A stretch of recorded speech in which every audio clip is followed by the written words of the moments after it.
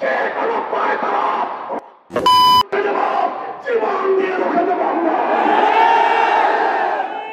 সংগ্রামী সাথী ও বন্ধুগণ, কাজেই আমরা আমাদের বক্তব্য আবার পরিষ্কার স্পষ্ট ভাষায় বলে দিচ্ছি। গতকালকের আমাদের অন্তর্বর্তীকালীন সরকারের নীতিগত সিদ্ধান্ত, জাতিসংঘের মানবাধিকার কমিশন সংক্রান্ত সেই সিদ্ধান্তকে হেফাজতে ইসলাম প্রত্যাখ্যান করছে।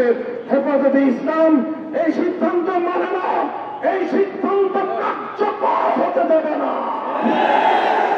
জাতিসংঘের ইসলাম বিরোধী, মানবতা বিরোধী পশ্চিমা সমাজ দর্শনের মানবাধিকার বাংলাদেশের মানুষ বিশ্বাস করে না।